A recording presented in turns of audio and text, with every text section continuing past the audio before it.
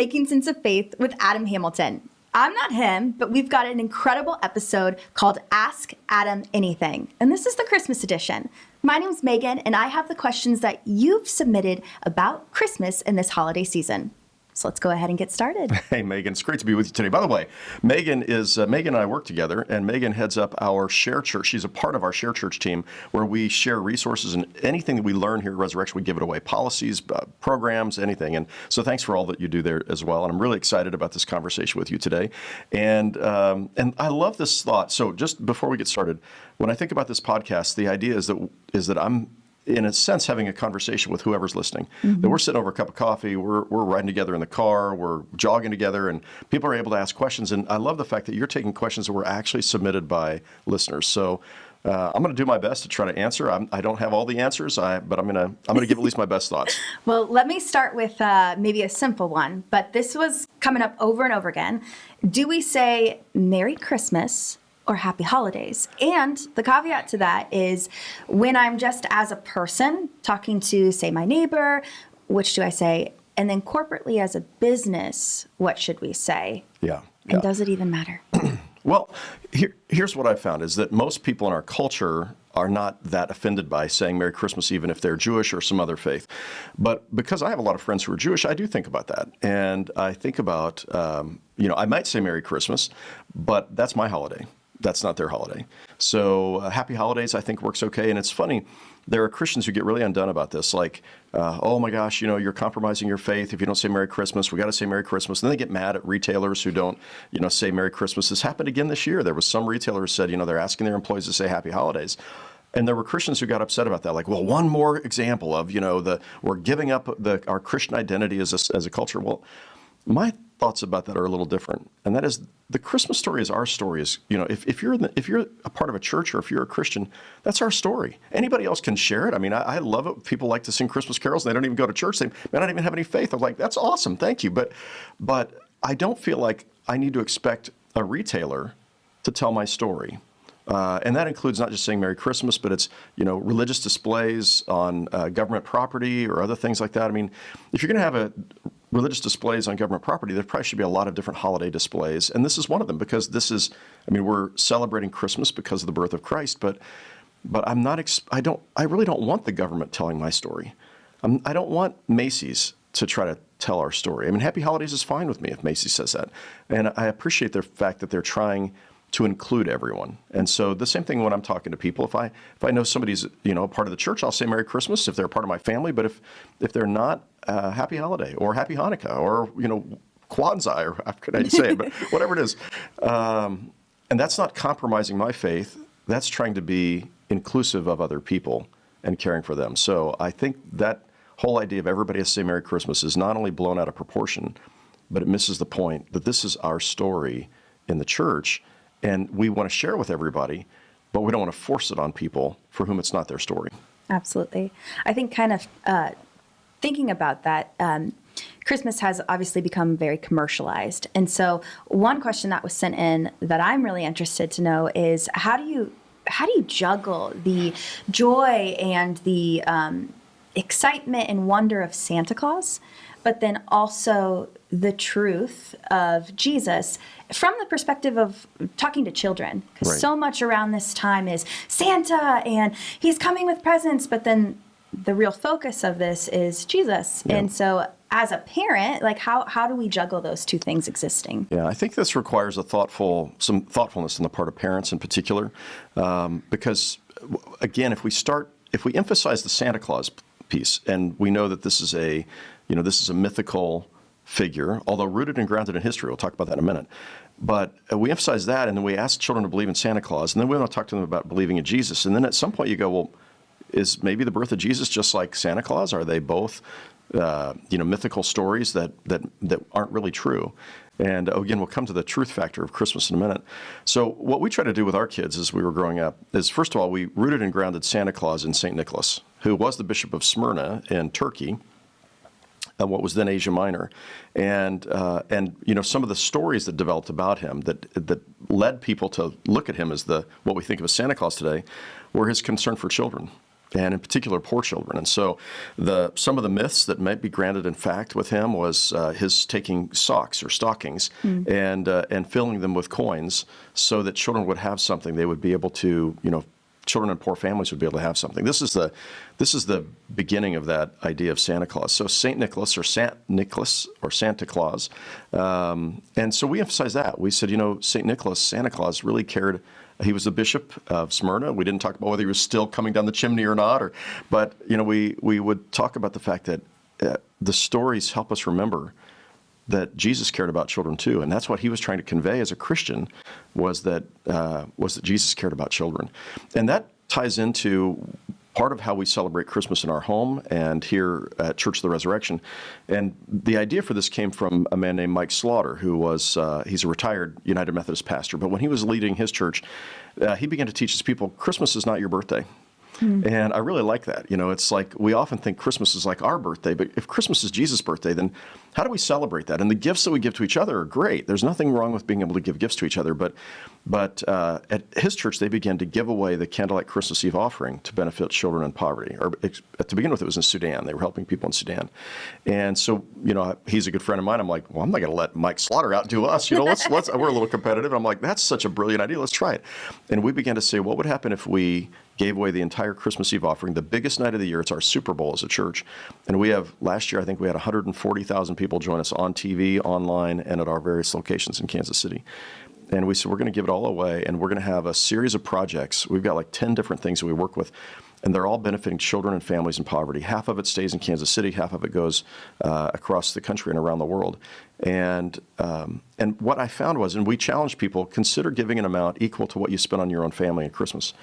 And that does two things. One is it might lead people to temper a little bit how much they spend on their own family. Like maybe we don't need to go into massive debt and then have the debt hangover in January because we were trying to buy our kids happiness. Maybe we figure out simpler things. And then we look to see how do we give to people who have very little in our own community, in our city. And not everybody gives what they spend on their own family, and some give a lot more than that, but some can give $10 or $20 or in the offering. But there's more joy, I find, in being able to give to people who are struggling or who are in need than trying to find the thing that your kids really wanted. And then, I don't know if you've experienced this, but you get done opening the presents. By the time you're done, they're already like worn out from opening all these presents, and you've lost some of the joy. And so between that and us trying to find experiences, so we also give experiences now, and say, let's do something together as a family that brings joy. But that's a long-winded answer to the question of what do we do with Santa Claus? Right. And I think if we can help children think of Santa and enjoy the stories of Santa Claus, but rooted and grounded in Saint Nicholas, who cared about children who were in poverty, that goes a long way. Well, and when you were saying that, it also kind of made me think it's more maybe inviting the children into some of these discussions as far as like the candlelight offering and just making sure that they're aware of kind of the reason for the season. I mean, that's a really popular phrase you always hear, but if I'm someone who really doesn't go to church, but we really celebrate the Christmas tree and we have Santa, but then on Christmas we're going to go to church, it's kind of marrying those two ideas. Yeah, absolutely. So I think, well, and along with that, a lot of churches, our church does this as well, and not just churches. I mean, if you're not involved in a church, there are other community organizations that do this. But the thought of sponsoring a child, and so you can get here's the Christmas list of gifts that they might like, and letting your own children help pick out those presents, and even if they need to be wrapped, wrap them, and know that this is going to help somebody else. That's teaching something. That's teaching this idea of generosity to the children, and not just consumerism and what do I want, but how can I help? What can we do to make a difference? And that brings a dimension of spirituality and meaning to Christmas that should be there, but is sometimes lost. Yeah, that's powerful. Just inviting kids to give, not just receive. Yep. That kind of, with our next question, I'm really interested to hear what you say about this, but this comes from Kathy. She said, what do you think Jesus would say about how commercialized Christmas has become? Yeah, I think our commercialization of Christmas, it in so many ways is the exact antithesis of what Jesus stood for. When he began his opening sermon in the Gospel of Luke, when he's preaching in his hometown, was, the Spirit of the Lord is upon me because he's anointed me to preach good news to the poor. And so the thought that his birthday would be used as a way of a kind of a materialistic orgy, which is sort of how it works for a lot of folks. At the same time, I think he would also. I can't speak for him on this, but I think the ideas of families coming together and sharing meaningful gifts with each other, and and loving one another, coupled with being concerned for other people, as we've just talked about, is a meaningful thing. And in particular, when you can help, like during the season of Advent, that's about helping. That's the church sort of helping its people prepare and remembering, what is this story really about? What does it really mean? And we can talk a little bit more about some of our family traditions at our house at Christmas time to help our kids do that. But I think he would be saddened by the commercialization. I think he would be gladdened by families coming together, and then the spirit of generosity that comes when people are actually helping other people too at Christmas. Do you think he'd want Santa to go away? No, but I think he'd want people to be able to rightly interpret what that's about. Yeah. And I think, it's interesting, the early church didn't think about Jesus' birthday. People didn't really celebrate birthdays in that time. But I think he would hope that people might remember the story. And we always read it from among the, so it's found in Matthew's gospel, Luke's gospel, and in the gospel of John. There are three very different Christmas stories. Mm-hmm. And John's gospel starts off with, in the beginning was the Word, and the Word was with God, and the Word was God, and the Word became flesh and lived among us. And the light came, and the darkness couldn't overcome it. And all who believed in him, he gave the right to become children of God. And so there's so much rich theology around that. And this is what I love about Candlelight Christmas Eve services is, we get to the end of the service and we turn off all the lights, and then this one little candlelight comes in, and then we pass that candlelight throughout the room, and then we hold up our candles, and the room's filled with light. And that is, that's a powerful theology of Christmas. It's like, this is about light coming to the darkness. It's about the darkness cannot overcome the light in your life. And to even teach your children that, when you're really sad, Jesus is the light. There is a light in this world that cannot be extinguished, and that is from God. And that light is an expression of God's love for you. And there's just so many things you can teach around this. Mm-hmm. And I think Jesus would hope we would, somewhere along the way, that people would find that. Now, if you're not a Christian, that's not really your story. But even still, I'm still grateful for just cultural Christianity. The fact that there's an ethos in our society that says, well, on Christmas Eve, you should go to church. And I don't bash those people who show up once a year for Christmas Eve candlelight. I'm like, I'm so glad you came. Thank you. Let's sing the carols together. Let's tell the story together.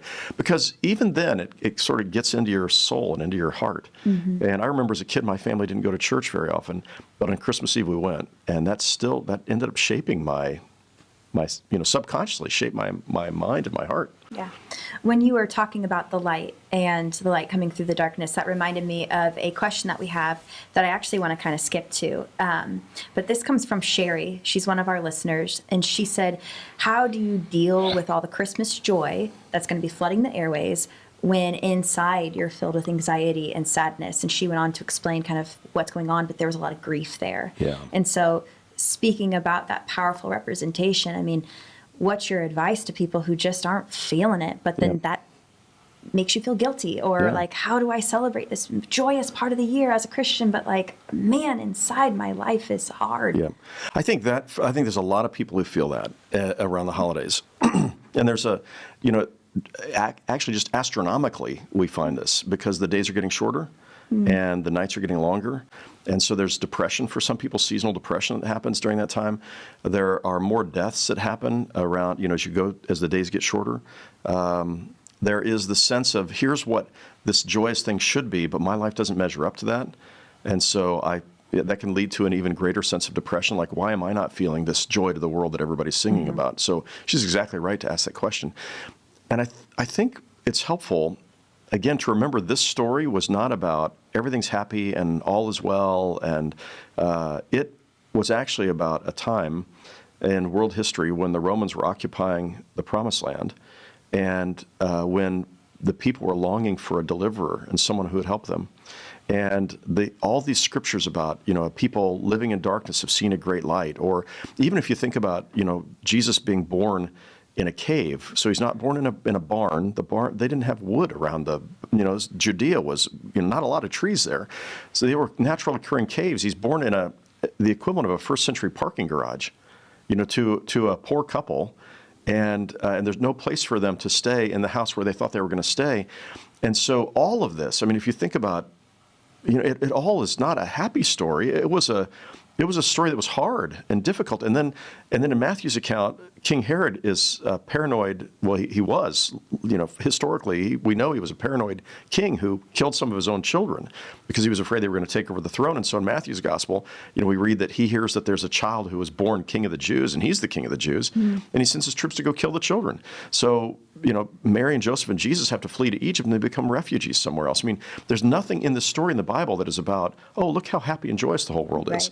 It's into this darkness, into this pain and heartache.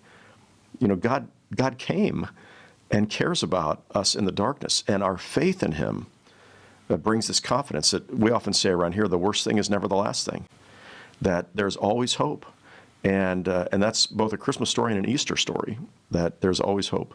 And so I think it's natural. It's okay to feel sad around the holidays. And especially if you've had a loss of somebody, or if work's not going well, or your relationships are not going well. And I find even in my own life as a pastor, the first couple of weeks of Christmas, of the Advent season leading up to Christmas, I don't feel it. And so I'm coming to church and we're singing these psalms, but part of what I remember is it's not about feeling that. It's about feeling, it's like the sadness reminds you of why we need Christmas. And so, and finally, I get to like week 3 and the music finally takes over and I'm beginning to feel it. Then I'm getting more and more excited. But, I've come to Candlelight Christmas Eve where I was depressed, not very often, but occasionally. But then somewhere when we're passing that candlelight and we're singing Silent Night and I remember the story, the joy begins to come to me. So.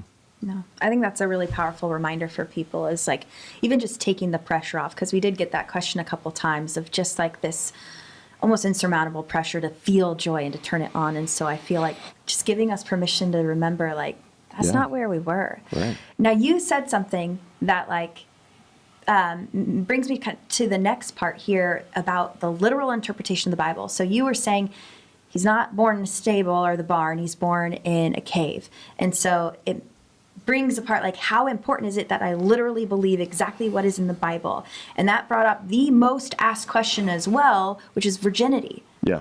Is Mary, do I have to believe that she was really a virgin? Do I have to believe all this stuff? Or how important is it? Yeah, I saw that over and over and over. Yeah, sure. No. So let's talk about that, the virginal conception of Jesus. And so I'm going to say that there are, well, first of all, the story of the virgin birth. So we have this in Matthew and Luke's gospel. That story is less about biology and primarily about theology. So what it's trying to say, what that story is intending to teach, because in the first century, they had slightly different conceptions of how babies were conceived anyway. And primarily it was the husband's or the man's seed that was placed in the woman, and the woman was just the sort of garden for that seed to develop, as I understand it. But I think the story is trying to say the identity of the one who came in Mary's womb was that in some sense the mystery of God and the presence of God and the very essence of God was poured into human flesh. And so the virgin birth story, or the virginal conception of Jesus, was intended to say, in a way that no other human being ever could be, Jesus was the Son of God. Now, we're all children of God, but in a different way, Jesus was the Son of God.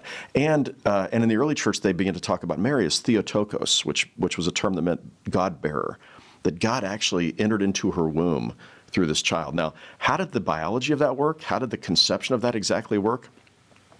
I don't think it's trying to explain that. I believe in the virgin birth because these stories tell it, and it's one of those places where, in a sense, I suspend my logic to be able to say, you know what, I don't know exactly what happened, so I'm going with this story. I choose to trust and believe in the virgin birth. But interestingly enough, throughout the rest of the New Testament, other than Matthew and Luke's gospel, it's not mentioned anywhere. So we don't find the virginal conception mentioned in any of Paul's letters, in the book of Acts, anywhere else. The idea that God came to us in Jesus is mentioned multiple times. And that when we look at Jesus, we see God, and he is the image of the invisible God, and all of these kind of things. But if it was so important, if you had to believe in the virgin birth story in order to be a Christian, we would have found Paul talking about it. So whether Paul's not thought about it, or whether he didn't know the stories, or he just didn't feel like he needed to reference them. So I say to people who tell me, I'm not really sure I can believe in the virgin birth, I'm like, that's okay. I just want you to follow Jesus. He didn't come to his disciples and say, hey, let me tell you the story about how I was conceived. And now, if you believe that, you can be one of my disciples. He never said that. He just said, come follow me. And so, for me, I recognize the challenges of that. And I also, and at the same time, for me, I've said, I choose to believe this. What I really believe about it isn't a biology lesson, it's a theology lesson, and who I think Jesus is. I'd also say this. Now I've just forgotten what I was going to say.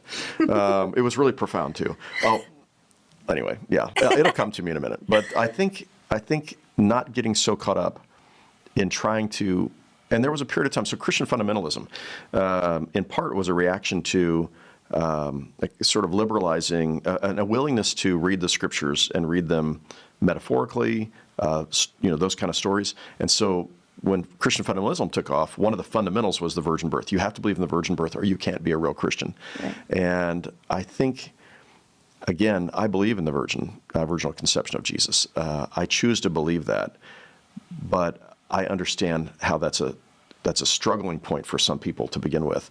And again, I think Jesus would not have said, look, you need to understand exactly how I was conceived in order to be able to follow me. Even more on that, moving beyond the birth, but also there's a lot of questions about, again, historically, could this have happened? I think you touched on that a little bit when you talked about the cave, but like those questions kept coming up of like, how am I supposed to believe that he was born in a stable? How do I believe that the wise men came and found him? Do I have to, historically, they want proof almost of like, okay, if I'm supposed to literally believe this, how do I historically make this make sense? And so I'd love for you to touch a little bit more on that and kind of the faith part of it. I remembered what I was going to say a moment ago, and that is when I think about could this literally have happened, a virginal conception, I think today we know how to clone creatures, right? We probably could figure out how to clone humans. That's that sort of part of research has been, kiboshed. But if we can do this, so this is where my mind goes sometimes. When I get caught up, I'm like, oh, well, I don't know how I don't believe that could happen. I'm like, okay, well, maybe it couldn't, maybe it didn't. But if we can figure this out, how to clone a human cell, and what is it for the God of the universe, who was the original software designer for the human race? What is it for God to be able to allow a young woman to conceive without having had intercourse, and even to jumble up the DNA, the genetics? So if Jesus was a clone of Mary, he would have been a girl. He wasn't a clone of Mary. Somehow God finagled the genetics in there, if you believe in the virgin birth literally. And again, for me, that the fact that we can do something like this means this isn't even one of God's greater miracles. This is just something. So I'm willing to go, maybe not. Maybe that's just explaining theology. But I also think it's entirely possible that the God of the universe could do whatever the God of the universe wants to do. And so I don't make it this huge thing that you've got to believe this or else you aren't really a Christian. But here's a way to think about it. Now, when it comes to how we read the rest of the story, actually, like any good story, there's room for you to use your imagination when you're reading the story. It doesn't tell you there was a stable necessarily. It does tell you that he was born, that he was laid in a manger. A manger was an animal's feeding trough, and so from that we get the idea that he was with the animals because there was no room in the guest room. The word inn, we often say, like there was a Holiday Inn in Bethlehem, and there was no place for them. And the innkeeper tells them, well, you can go stay out in the barn. The word inn in Greek is kataluma, which meant upper room or guest room in a house. And probably most of these houses had one room for mom and dad and maybe a loft for all the rest of the children. These are pretty small homes.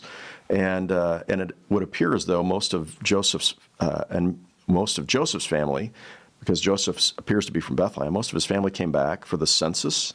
And when they came back, they had all the rooms. And actually, when you give birth, the bodily fluids in Judaism, bodily fluids, if you touch them, makes you unclean. Right. So placing them in the stable where the animals were kept, which was, again, underneath the house, it made some sense. And what helps, though, if you go to the Holy Land, and in another episode I've talked about this, but if you go to the Holy Land, you have a chance, like in Bethlehem, it's wilderness, it's desert-like, it's barren.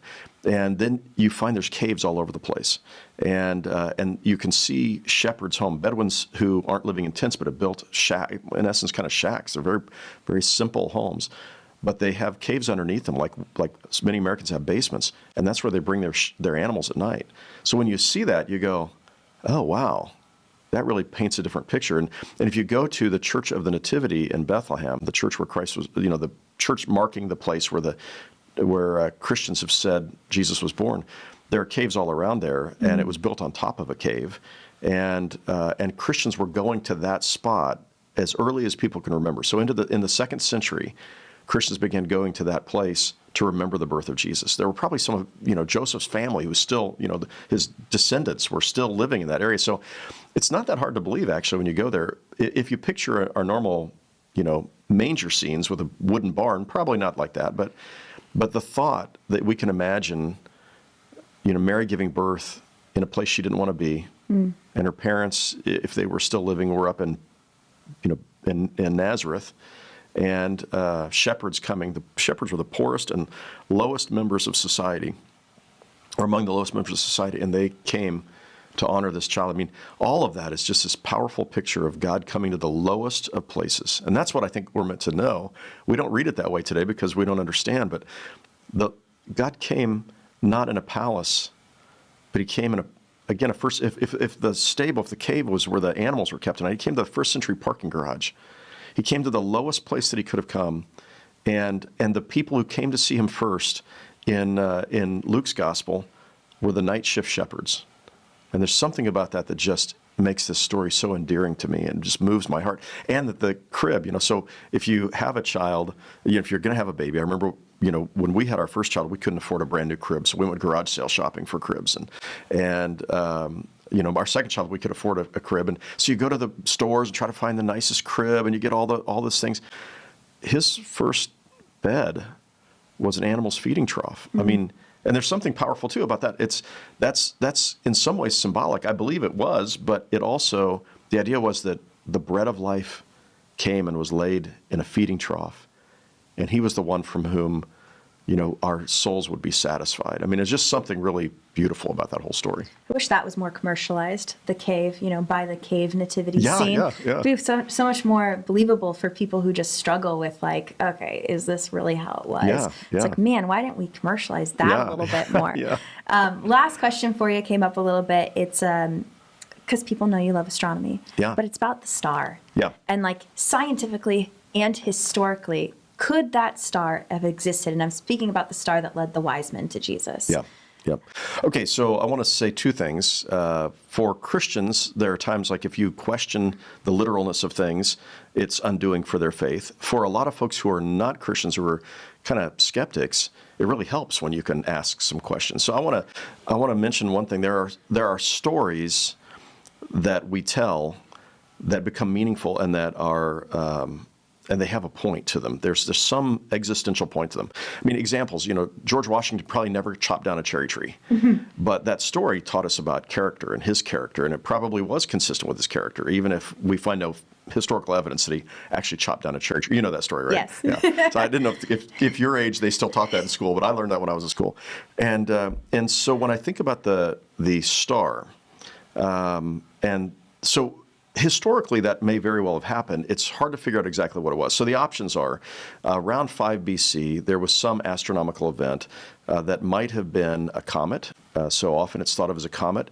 It's possible that there was a conjunction of Jupiter and, I think it was Jupiter and Saturn. Now, those are the brightest planets. Well, Venus is brighter during certain times of the year as well. But the largest of our planets, and maybe Uranus is also in there, but you can't see Uranus most of the time. But Jupiter and Mars, and when they come in conjunction, it means that they're very close. This happened a couple of years ago. I took pictures of it. I thought, this is so cool. I get to see what this looks like when they're right next to each other. And so it's possible that bright star was actually Jupiter and Saturn when they were just in the sky. They're hundreds of millions of miles apart, but in the sky they look the same when you see them by one another. So maybe it was that, and that was going on for a short period of time. Maybe it was a comet that was in the sky. Some have said a supernova, which is a star that has finally exploded, and it sheds its layers and of gases, and it's super bright in the sky for a long period of time. We can't find evidence that there was a supernova then. Could have been a comet. So yes, it could have been something. When you read the story, though, they followed the star, and then it came to rest on top of the place where Jesus was born. I can't figure out how that could possibly have happened like that. But the fact that the Magi were Persians. They were probably Zoroastrian priests and astrologers. So they studied the stars and looked for meaning and predictions about the future.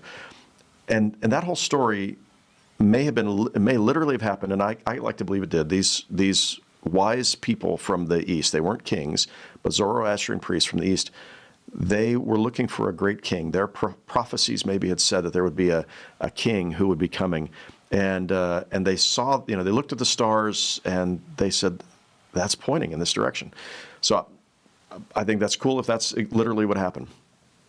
I think what Matthew's telling that story for is a couple of reasons. One, Matthew's gospel, in the telling of that story, is that it's drawn from a passage in the Hebrew Bible where the kings of the earth bring their incense and their gifts.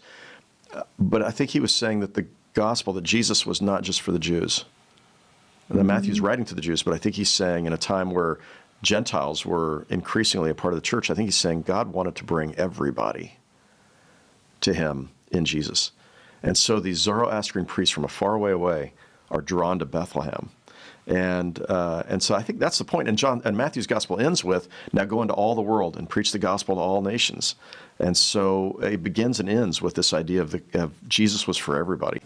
And they bring these gifts, and it's a fulfillment of a prophecy in the Hebrew Bible, and they pay him homage. And so I think I want to focus on what's the meaning of that story. I think, again, it very well could have happened just like it's described. Not a lot of description there, but just like it's described. And I think that's pretty cool. But when it comes to star, I'm not going to worry too much about that. I think maybe the best explanation might have been Saturn and Jupiter in conjunction, or maybe some comet we don't know about that was passing through. Long-winded answer. I'm so sorry. No, but it's helpful. I think, if anything, it kind of lifts the burden from people to go, it's okay if I can't make it make sense. Yeah. It's okay as long as I know what the real message of everything is. Right. And I think that's the point of so much we read in the New Testament, is really in the Bible, but especially in the New Testament, is did these things happen exactly like this? Well, I think probably most of them did. But again, these stories are written down 30 years after the time of Jesus, 40, 50 years after the time of Jesus. Mark probably written about 35 years after the time of Jesus, and the others maybe 40, 50 years after. And so they weren't trying to be reporters. They weren't even trying to be biographers, although I think they were trying to tell us about Jesus clearly. They were trying to tell us, who is this person who came, and what does his life mean? They were really looking for, we believe that God has come to us, going back to your beginning question, we believe that God has come to us in Jesus. And so we want to know, what does Jesus tell us about who God is, who we are, and what God's will is for our lives? And if we focus on that, we're going to hear that message in the Christmas story and the rest of the Gospels. Yeah. Well, with that, Merry Christmas. Merry Christmas to you, too. And I want to say thank you to all of you who joined us for this episode of the podcast. This podcast is, we've just started it, so this is, I don't know which episode this is, but it's a pretty early episode in it. And our thought is to be able to allow you to ask questions, to allow people to ask questions, to have conversations, open, honest, transparent, and maybe help you to be able to make sense of faith. So until we see you again, thank you for joining us, and yes, Merry Christmas and Happy Holidays. Thanks for tuning in to Making Sense of Faith with Adam Hamilton. Do you know someone wrestling with life's biggest questions? Share this episode with them, because the more people willing to embrace the hard questions, the better. Do you want to go deeper? You can visit makingsenseoffaith.com to find the show notes and additional resources. That's also where you can sign up to get the notes and resources delivered straight to your inbox. If you enjoyed this episode, hit subscribe and leave us a rating in your podcast player. That'll make sure that you get the latest episodes and help others find the podcast. You can also subscribe to our YouTube channel. Hit that notification bell to catch future episodes and videos there. Until next time, Remember that your questions matter. Doubts are normal, and making sense of faith is a lifelong journey. We'll see you on the next episode of Making Sense of Faith.